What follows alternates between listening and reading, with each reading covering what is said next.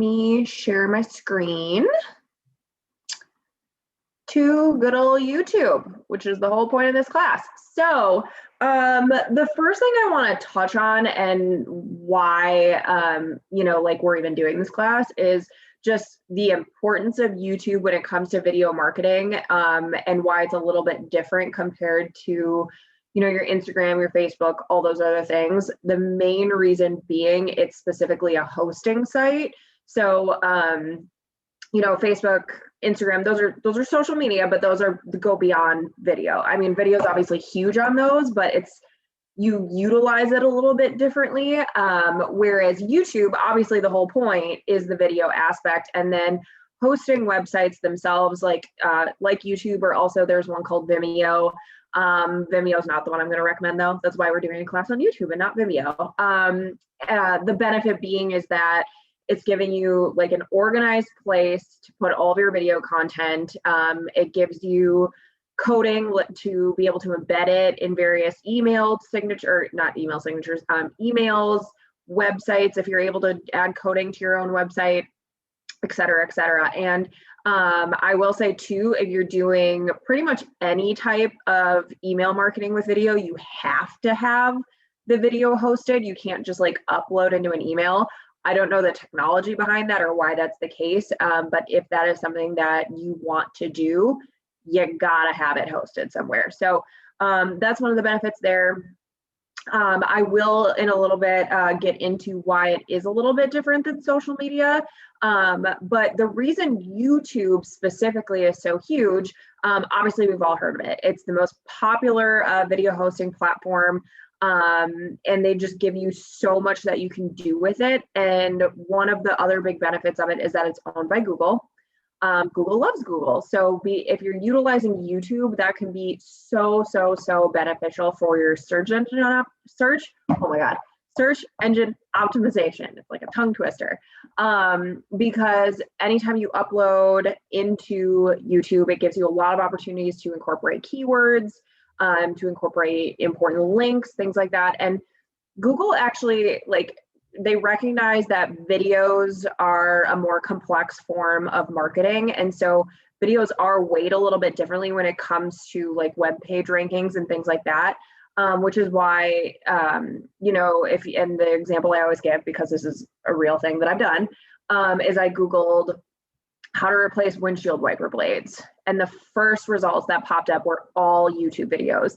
And that goes for a lot of different topics you might look up, especially something that's like information-based, or, like if I look up, a clothing brand and say like a really popular YouTuber talks about that clothing brand, like they're probably going to pop up before even, other links to that brand. So it's just like, video just gives you another opportunity to be found on the main pages of Google. It's not a guarantee, and it does take time and organic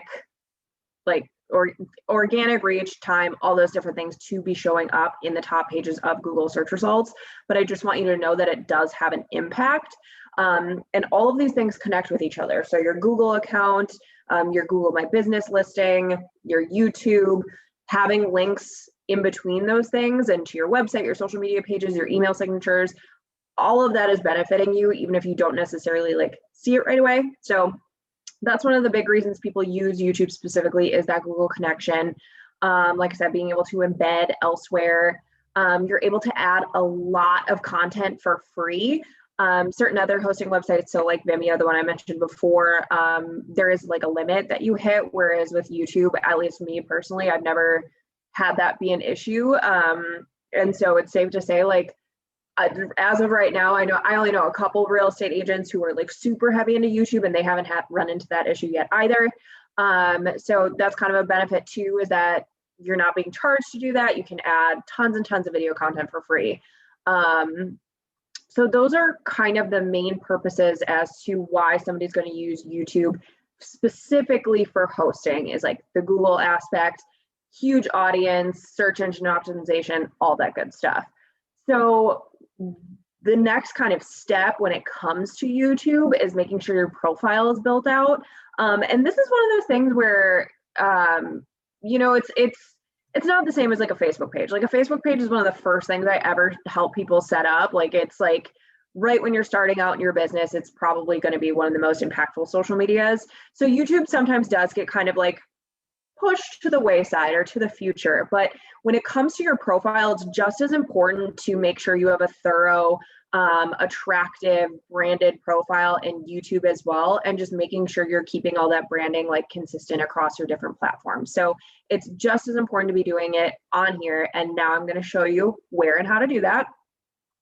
So first things first, like because it is owned by Google, you can see like we have Tanya's little profile picture right here. So we didn't even have to create like a separate YouTube account. We were able to just connect it to her main Google account. That's just a personal preference. I mean, if you want to detach them from each other, that's something you can consider. Or like if you, because you have like a KW email through Gmail and then you have a personal, I don't really think it's like gonna impact you one way or another. It's probably just whatever your main Google account you're gonna use is probably the one that you're gonna attach to your YouTube. Just obviously make sure you're sticking within that one profile. But once I'm here, I can create a channel. I've already done so. If you haven't yet, and you have a YouTube like profile set up, instead of saying your channel, it's gonna say like create channel. Basically, it's just gonna prompt you to go through, add your contact information, add social media links, add a bio, add a profile photo, all that good stuff. The nice thing is that's all content you can return to later. So to do so, I'm going to go to my channel. And you can see here a couple different things. We have just our main video page. You can see that here as well, any playlist we've created, et cetera, et cetera. So what I want to show you now is just making sure that your profile is thorough, it's filled out, it's got all the necessary content in it. So when you're in your main channel page, if you ever need to update your contact info, et cetera, that's going to be this blue customize channel button. So if I go there, is that all the videos that Tanya currently has? Those 4, 6, or 8, or however many that is? If we kept going, like that's just like showing the most recent. If I went to the videos tab, it'll show every single one. Okay. It's just like the main, like, yeah, the most recent. So once I'm in channel customization, a couple different things that you can do. So first things first, they even let you create, we haven't done this yet, so shame on us, but you can create a channel trailer if somebody hasn't subscribed to you yet, and it's basically just kind of like an overall description of your channel. Feature videos for returning subscribers. So, you know, if somebody comes back, they're already subscribed to you, you can like, every time they come to your page, you can have like a featured video showing. This featured section, so Jelena, this is actually to your question. I can edit which ones show up in that main like section before I go to videos. For us, it's not like a huge big deal, but that's just basic layouts when people first go to your page. Branding. So branding is super, super important. And like I said, you kind of want to keep this consistent with however you're branding yourself on Facebook, Instagram, etc. But there are going to be a couple of differences, namely in the layouts. So when it comes to this, like profile photo, probably going to be the same. I would say use your main headshot, etc. But a banner image, I'm going to click view channel so you can see this again. Your banner image is what shows up right along the top here when somebody goes to your profile. And as you'll notice, like it's not the same layout as like a Facebook cover photo. It's a lot skinnier, a lot thinner. But the way this looks now is not how it shows up on a phone, and it's not how it shows up on a TV. And that's what you can kind of see right here. So if somebody's watching YouTube on a TV, they are going to see like a whole large cover photo. If they're viewing it on a desktop, they're going to see, you know, this long, skinny, whatever. If they're viewing it on a phone, they're really only going to see like this small rectangle of content. So it just gets like progressively smaller as you go along. Something that I recommend is utilizing Canva, canva.com, to create a YouTube cover photo. Chances are if you've already used Canva for any of your other branding, you already have like color schemes, fonts, all that good stuff. And they do have YouTube cover templates. And I just want to show you real quick. The benefit of these is that they do a good job of kind of giving you an idea of where to incorporate your main information. I recommend for a YouTube cover image to make sure all of your most important information is right in that little mini middle section. I don't know why this isn't loading. Come on. If you haven't created a Canva profile yet, Jelena, I know you have. Caitlin, her and I talked about it earlier this week, but if you're watching this later and you haven't done that yet, it's free. I've never paid a dime in Canva, so don't let that stop you. But what you can do is just up here in the main page, type YouTube.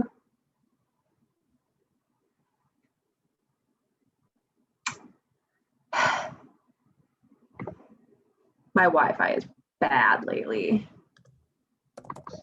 Oh my gosh, come on. Okay, so a couple different things, like you can create different thumbnail images for YouTube. You can create some different video content for YouTube. You can create a display ad. But right now what we're focusing on is channel art. So Canva is going to be a super useful tool if you are consistently using YouTube. But so when I'm going through these channel art, so that's what it's called, you know, like those main banner images. Let me just click on a random one here. Any template you go through, you are going to see that it kind of focuses that main information right in the middle.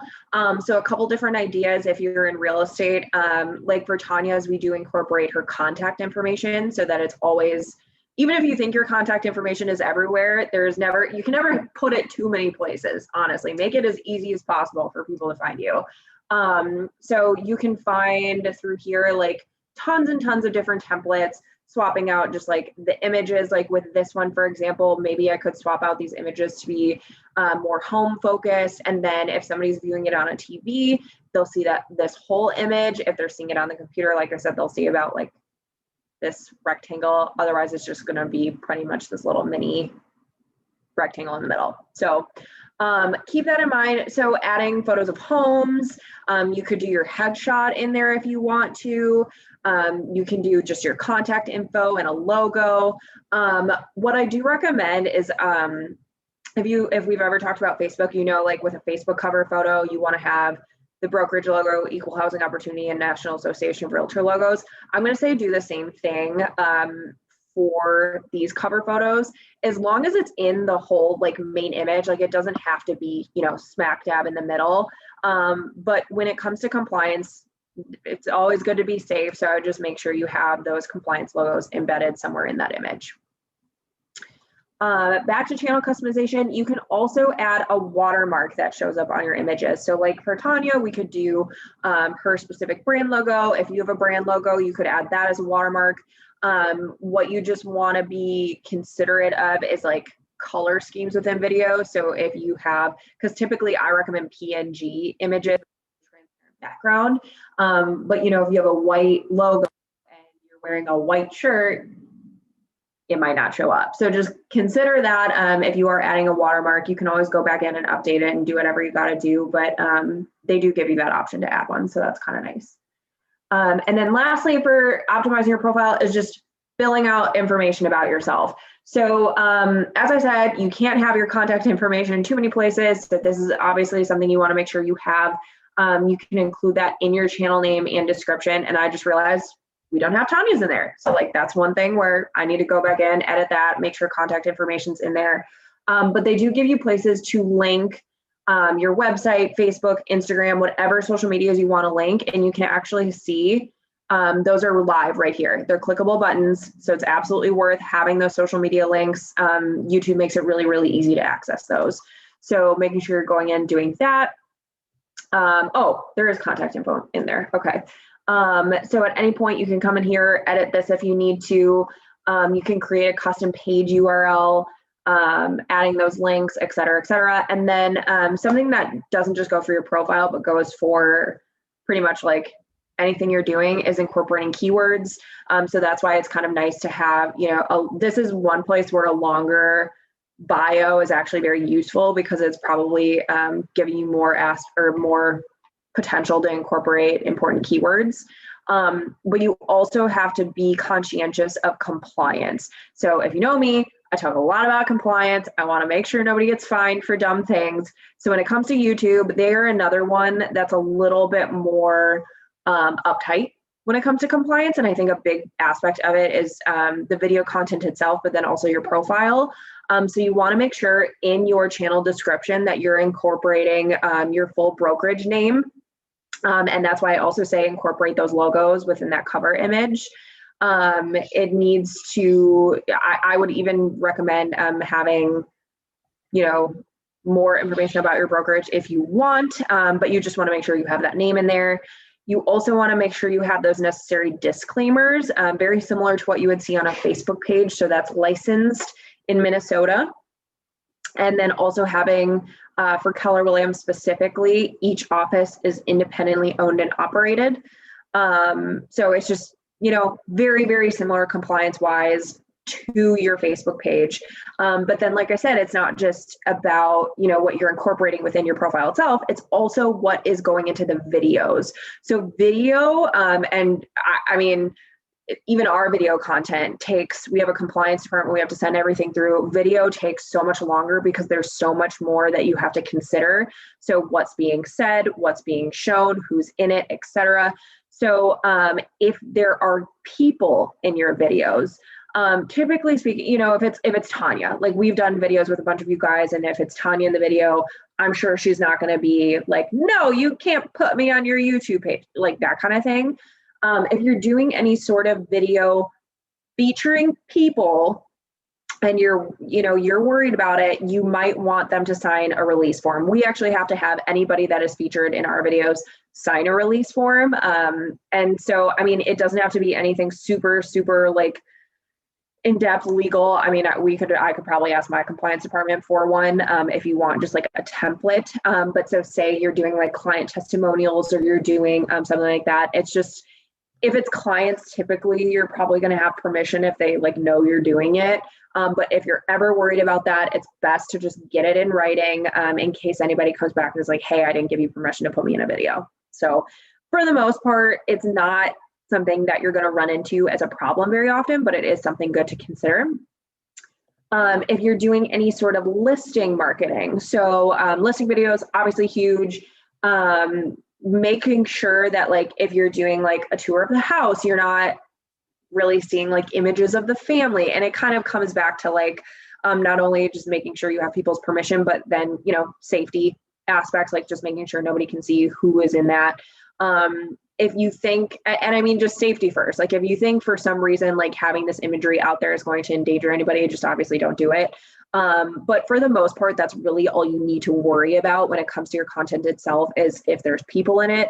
I know for us, and I'll just say for us, like it's so intense that like we can't even have like, if we're at, Lake Harriet, we couldn't do a video that had like people biking in the background. So that's our compliance department. Obviously, you don't have a compliance department that you're sending a lot of stuff in through, but just like I said, if that is something you're worried about, it's best to just not do it or to get those release forms. So something to keep in mind, but typically speaking, if you're interviewing anybody, like they are very well aware of the fact of what's going on. So in terms of overall profile, that's like some of the basic info where you can include contact info, links, all that good stuff. But then over here on the left, you can start to see a couple other features just of your profile specifically. So you can create playlists. So like we have a couple just like talks with Tanya. So Jelena's actually in a couple of those actually. So that's like a playlist, meaning if somebody watches a talks with Tanya, the next video in the series is going to be another talks with Tanya. So the benefit of a playlist is not only does it give you a way to like organize your videos even further, but it gives you, like people always talk about like YouTube, like rabbit holes where you start by watching one video and all of a sudden like 2 hours later, you've watched 10 other videos. That is kind of the magic of playlists sometimes and gives you a way of shaping what people are going to be viewing one after another. And like I said, it's just a good way of organizing as well. You can create as many playlists as you want. You can have private playlists. So like we have just like a private favorites because it says Tanya's account. So she has some of her own stuff on there. But you can do that. You can see analytics of your videos. You can see, you know, similar to what you can see on Facebook, Instagram, etc. It's sometimes interesting to go through here and see what's going on. See your top videos over a certain amount of time, how many views within a certain amount of time, etc. If you've gotten any comments, you can see them all there, respond to them if necessary. We don't obviously really have, I don't know if we have any subscribers, but this just hasn't been a big focus for us yet. And so typically speaking, we haven't had enough views for comments to be super necessary, but just making sure like if you start pushing your page out there a little bit more, making sure you're responding to comments, viewing comments, etc. And then just going through here, making sure everything is set up the way you want it. So that's pretty much like profile information that you need to know. Any questions on that so far? It's pretty straightforward. If you've ever set up like a Facebook page or pretty like anything, I don't have any questions, but I just wanted to add a comment to that.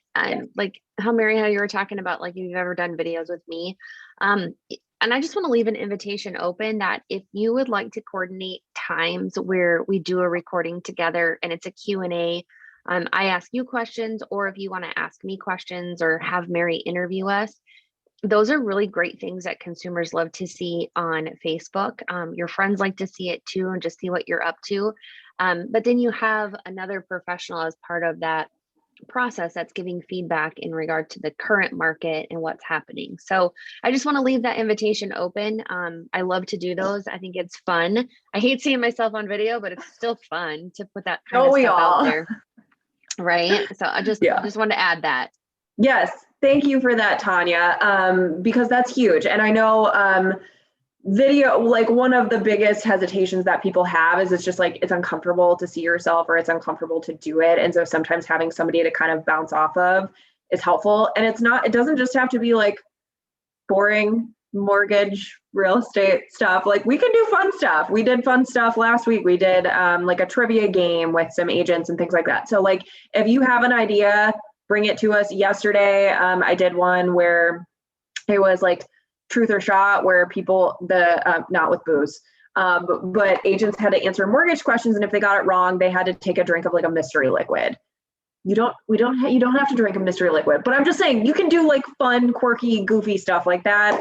And Tanya likes doing it. So take advantage of that. And on top of that, also the fact that our company has a videographer that can do a lot of the editing. He sets up like the full like lighting situation and like does all this crazy editing that just makes your life super easy. So keep that in mind. Thank you for that input, Tanya.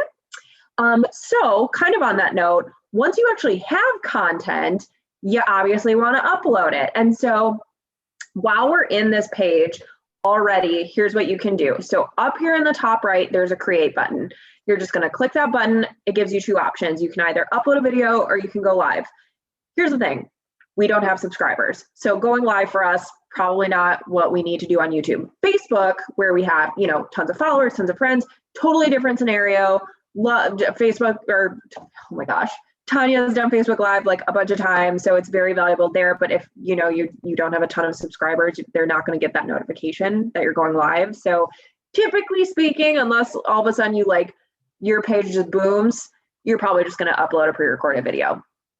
So I'm going to click upload video. I'm going to find a file, so I'll just pick a random one. Let's see. Where's Tanya? Okay, so let's do do's and don'ts of buying a new home. This is very relevant. So this video, as it's loading, you know, uploading into the system, I can start filling this other information out. Title and description are so important. And this is one of those things where, like, you know, like on Facebook and Instagram, you don't want your caption to be so long because people aren't going to read it. That is not the case here. Put as much information in that freaking description as you can, because once again, that's what ties into the Google, the search engine optimization, the keywords. And when it comes to title, you're going to be a little more particular. Something that you can do is kind of figure out some of the main keywords that you want to focus on. So for us, it's going to be a little bit more mortgage focused. For you, you can check out, I mean, like Google AdWords is expensive, and like their keyword planner is also expensive. And so they have, there's a website called WordStream, and they have a free keyword tool. And so what you can do, you can type in, like, if you have a website or a Facebook page, you can utilize that. And then you can say like what industry you're in, what location you're in, and then it gives you a whole list of like some of the top keywords in that area, whether it's a super popular one versus not super popular. Like, it just gives you kind of a good idea of what people are searching for in the area. And when it comes to keywords, it's not like a perfect science, unless you're, paying a ton of money to Google. But it's kind of similar to like hashtags with Instagram, where you don't want to do one that's so popular that your content is going to get lost in the shuffle. But you also don't want to pick ones that are so niche that nobody's searching for it. Like, it's very similar to like if you're titling a blog post on your website, like you're trying to think, what are people Googling? So that's kind of the mindset you want to use when you are titling your YouTube videos. So keeping that a little bit more concise, a little bit clearer. It's not like an email subject line where you're trying to be like kitschy and fun and get people to open your email. It's, you want to make sure you're incorporating keywords, if that makes sense. It's more about what is this video about than like clickbaiting. I mean, a lot of people do clickbait, but it's better to actually provide the information that you're trying to. So this one, because I just want to make sure I don't spend a ton of time on this, I'm just going to leave this, the do's and don'ts of buying a home, which, well, not a bad title for literally putting zero thought into it. So then the description, I'm going to come back to this eventually, because I don't want to sit here and write out like 3 paragraphs. So a couple different things that people do with the description. So some people get as intense as literally having their entire video transcribed, and then they paste the entire, is transcription a word? Why does that just like sound weird coming out of my mouth? But I'm going to use it. Transcription. They put the whole thing in that description because of how many keywords you're probably saying in the video. You don't have to get that intense. It is worth, I can't off the top of my head think of any like websites that you can do it, but I know if you just do a quick Google search, you can find a bunch of captioning tools that also help you like figure out subtitles, things like that. So worth looking into if you really want to take it that extra mile.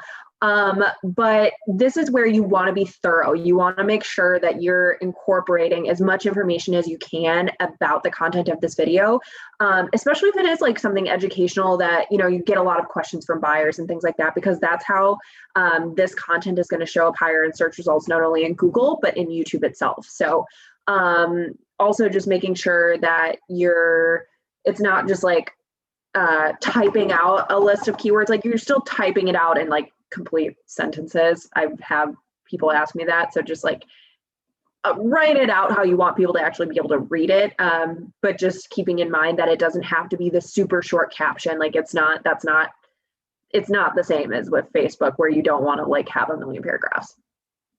Something else to do in your descriptions as well, which I said earlier, like sometimes it might feel like you push out your contact info, your website, your social media, like all the time. Every single video description at the end, include your contact info, include relevant links, include links to your website, your social medias, like whatever, every single time. Just do it every time. That information being out there as many times as possible, excellent. I can't tell you how hard it is to find some agents on anywhere, like on Google. So just incorporating that in your description is not only going to help with your search engine optimization, but it's going to help people contact you as easy as possible. So keep that in mind with those descriptions. A couple other things. So description, I'll come back to this later, but for right now, that's what we got. The next thing is a thumbnail. So this is another thing that you can actually edit within Canva, is like if you wanted to create your own like fun little header intro screen, this is what shows up. So like at Tanya's channel, whatever, her main, you know, things showing up, like these are her thumbnails. So if you wanted, and honestly, what would have been smart for us is to have like our Talks with Tanya header, because it makes it super, super clear. And once again, this is something I can go in and edit later. So don't worry if you don't do it right off the bat. But it would make it super, super clear, like what this video is. An example I like to give is, especially with KW, you might know of Marty Miller, who does the Command 66-day challenges. So he has very, very clear, like branded thumbnails for his different playlists and for like different purposes. And so you can design those in Canva. You can pull them straight from the video itself. So like this has a perfect thumbnail for what we're uploading right here. That's not always the case. It's literally just pulling like 3 random images from your video. So otherwise you can upload a custom one. Canva is great for that. Playlist, I can add this to a playlist, or I can add a new one. So I'm gonna add a new one, and I'm gonna say, first time, well, I'm just gonna call it tips for buying a home. There's a lot of stuff to go in here. So you can add new playlists. You can add it to an existing playlist. You can add it to multiple playlists if you want. But like I said, this is mostly just for helping organize how people are viewing your content. So you want to add the playlist. YouTube is very, very careful about content for children. So if it's not like literally you on Sesame Street, it's not for kids. Just say no. That's not the audience you want anyway. If you click show more, you can see a couple other things here. You have to like mention if there's like a paid promotion. So this is mostly like for like influencers who are doing product sponsorships. It's probably not you, unless you get to that point, which congrats if you do. You can add tags. So these, don't think of this as like tags in your database where they're really, really useful, because they even say like these aren't going to help people find your videos.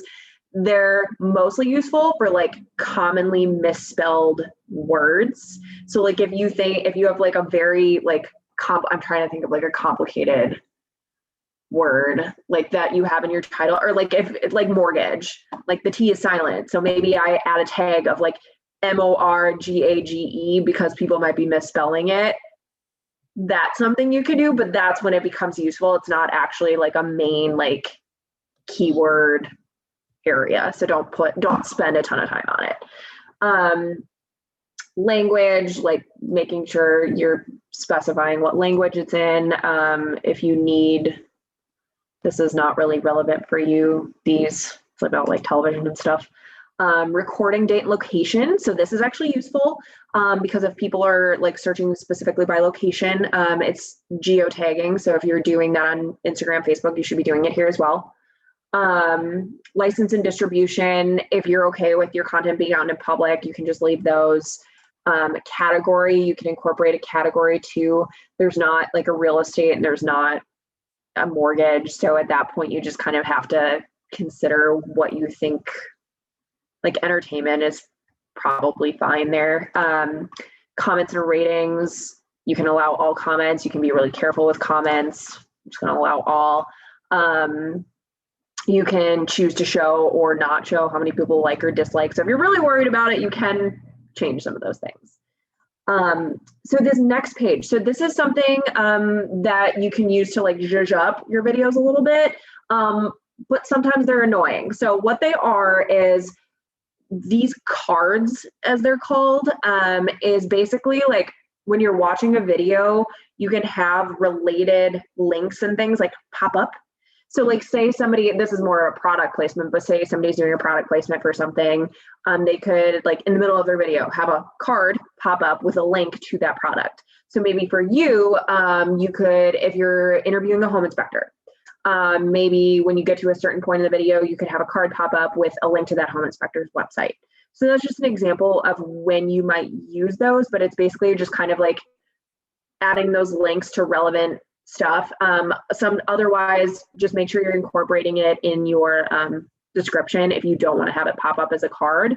Otherwise, you can do something similar, but that pops up at the end of your video, and that's just called an end screen. So you have your thumbnail, which is like the main header image of your video. It's like what shows up in the search results, all that kind of stuff. And end screen is basically the opposite. It's like your caboose. If you want something specifically popping up, but like you don't necessarily have the editing skills to like add it into your video, you can do that here. It's going to be the same like size and things that you would use for a thumbnail. It's just your end screen. So then, oh, this is new. Before you publish, we'll check your video for any copyright. Huh. I've never seen this before, but that's good. No issues found, so we'll take it. Then next, okay. So another cool thing about YouTube is they give you a bunch of different options for how your video can be viewed. So the first is private. So a private is basically like you can like send it to specific people, but it's not like on the main YouTube page. Unlisted, the only way anybody can watch this is if they have the very specific link. To be honest, private and unlisted are kind of one and the same in my opinion. Like I don't really see the difference between them, but like unlisted might be if you have something that like you recorded and you want it for your own reference. Okay, actually I have an example. So for Keller agents, my department recorded a bunch of like, 5 to 10 minute trainings on various topics. And we have them unlisted because it's not really like so relevant that we want it advertised on our main YouTube page. But like for you guys, like say, Caitlin or Jelena, you were like, hey, do you know how to do this? And I'll be like, yeah, I have a video training on it. That video training is unlisted because it's only people we're sending that link to, because it's only like select people that we want it to be shown to, if that makes sense. So I've only ever used unlisted in public. I've never used private.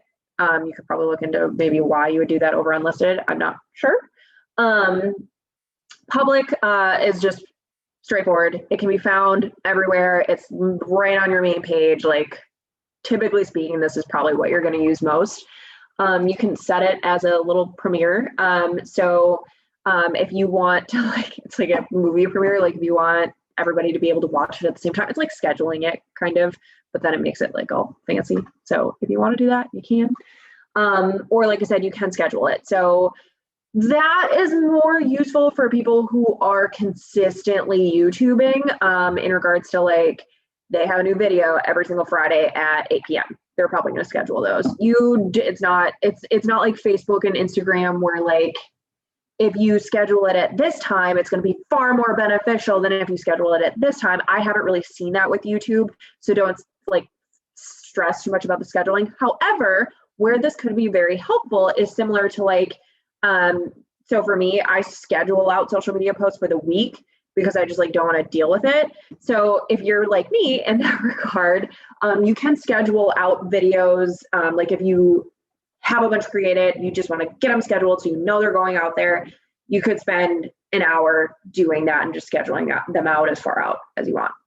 So that is an option. So once I've gone through this whole process, to me, I'm like, okay, yeah, this looks good. I'll save it. And, oh, come on, oops. So now that I'm saving this, it's going to give me, I can share it to Facebook. I can share it to all these other things. I can copy this link and like embed it in email, send it to somebody, etc. Before you go about doing that though, I have a couple tips about it. But you can also, I'm going to close that. So now that that video is there, it's uploaded, it's visible, but you can always go back in and edit it if necessary. So like you saw, I typed out like gibberish for the caption. I'm obviously going to go back in and change that. So if you go to your content, you can always go see every video you've made and then just do the little pencil to go back to the main like details page. I've mentioned like embedding in emails, things like that. Typically when you're embedding in an email, all you need is like the main link. So that would be like, so that would just be like this main link. Otherwise, if you go to the main video page itself, so like the main YouTube, like where people are viewing your video, If you are planning on embedding it in like a website or something that requires coding, the way you can get that is once you're in like this main video section, there's a share button. If I click on that, there's an embed, and then it gives you the coding. I'm going to be honest, I think the KW websites might have some difficulty with this when it comes to custom coding. So Jelena, you're smiling, so you might have you tried it? Like, I don't know. I haven't gotten it to work yet. So, yeah. But if it is something that you can do, you do have that option. It might just need more finagling. It might be worth asking customer service if it's possible, but it does give you the option to do that. Or if you know somebody like a referral partner or somebody else that's like advertising you as a real estate agent, you could give them a link or content to embed on their website. So like if somebody's like if you're in a networking groups sometimes have like profiles that you can add, things like that. So if you wanted to, you could have like a video embedded there. I don't know. That's just an example. But so that's the embedding. So, so far, I hope all that makes sense in terms of like how to add a video, how to organize them. It's pretty straightforward. In general, like your editing is pretty basic that you're doing here. It's like adding those, the little cards or like the end screen or like choosing your thumbnail, that kind of stuff. There are a ton of apps out there if you want to do like more advanced editing, and that I recommend doing before you get to the YouTube section. But after you have your video created, I think sometimes so like you saw like with the share button, you can share it to Facebook, you can share it to whatever. I don't necessarily recommend that. And this is where I think YouTube becomes a little bit different in terms of like how you're utilizing those videos. So it is great to have them hosted for your search engine optimization purposes, for your organization purposes, but other social media channels are a little weird in regards to like Facebook has been pretty like blatant about this, that they prioritize content that is like embedded in Facebook. Meaning if you're trying to direct people away from Facebook, your post doesn't go as far. Whereas with Facebook itself, you can upload video content. It's hosted within Facebook, like on your business page, you'll have a videos tab. You can watch all those videos. So you're not necessarily going to be taking your YouTube content and posting it to Facebook. Just in regards to like, if you want that content easily visible, easily like easy to find again on Facebook later to get pushed out more. So typically speaking, like, and this goes for Instagram, LinkedIn, Facebook, I don't recommend sharing your YouTube videos to that necessarily. It's going to probably be more beneficial for you to upload them directly. So the caveat there is obviously you might be wanting to advertise your YouTube. At that point, if you're doing it for an advertising YouTube specifically purpose, then by all means, but at that point you could just share your main page if you want to and say like, hey, please go subscribe to my page. Here's different types of content. Like you don't even necessarily need to post a video because it is important. Like if you start taking YouTube more seriously and you want it to like become a bigger part of your role, you're going to talk about it. You're going to share links to it. You're going to advertise it, but it's not necessarily that you're taking every single video you do and like grabbing that link and posting it to Facebook, if that makes sense, like where that kind of differentiates a little bit. But when it comes to email, always you can only do it with like a YouTube link. You're not going to be able to upload it. So those are just some of the areas where like it does become a little bit different. And then in terms of like types of videos, I mentioned here, like unless you have a ton of subscribers, you might not be utilizing like YouTube Live, whereas on Facebook, super, super relevant. And something you can consider too, like if you do a Facebook Live, you can get a recording. Same thing with IGTV, Instagram Live, like all those different things. You could take that recording and then upload it to YouTube. So you can also go the opposite way. Like you could take like a video you filmed on your Instagram story, download it. Maybe if you want to do extra editing, you could do that and upload that to YouTube as well. So it doesn't just go from YouTube to other social media channels. It can actually go vice versa. So it's just important to consider that. Like if you really, really, really want to boost your YouTube, you can take all that content that you've put on your other social media pages and go the opposite way. So make sure you're considering that as well. And just advertising that you have it, including a link to your YouTube page, maybe in your email signature, along with your other social medias, et cetera, et cetera. So a couple other things. So Tanya already kind of brought up like video content. So we can definitely help with that when it comes to, like doing co-branded videos.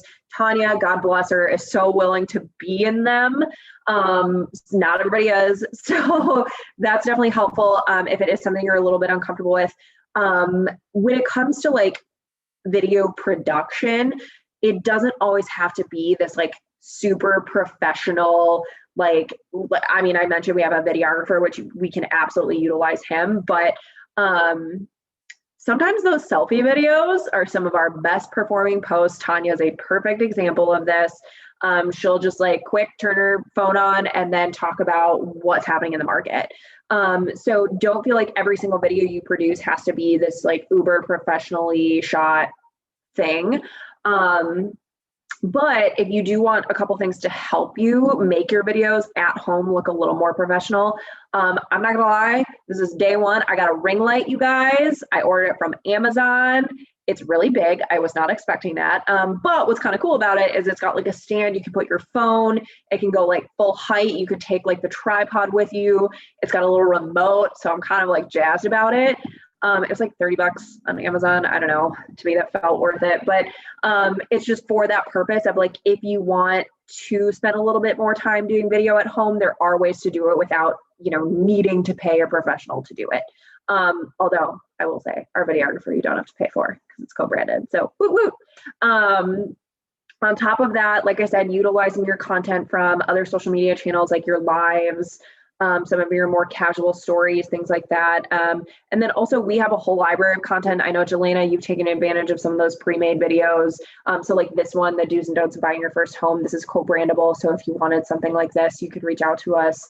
But what I also recommend, and this goes for Facebook, this goes for Instagram, this goes for every social media ever, Google good accounts to follow, good examples of real estate YouTubers. I was going to make a list and then I realized it's going to be so personal in regards to who you can relate to, that it's like, I don't have a specific, like, here are the people you need to follow. But I know some of the popular ones that I have heard are like Mike and Tom Ferry are really popular. Jessica Edwards, I think her name is. There's just like, you're going to see some of the same names across a bunch of different lists.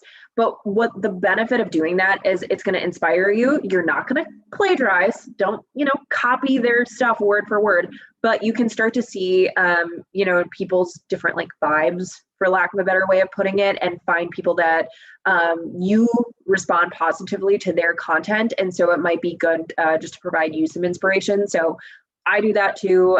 It's just beneficial for helping you kind of figure out what route you want to go with your own page. So oh gosh, I talked a lot. Any questions about YouTube? It's not that it's overly complicated. Like, it's not hard. It's a little time consuming. I'll be the first to say. So it is something that you're going to have to kind of like dedicate a little bit of time to, but I do know some agents that have had a lot of success with it. So yeah. Great. Thanks. Awesome. All right. Well, anybody watching this later, if you have questions, let me know. But I have some editing to do on some past videos, so I'm going to go do that. But have a great rest of your day. And thank you, Jelena and Caitlin, for joining the class. Sure. Thank you, Mary. I appreciate it. Bye. Yeah.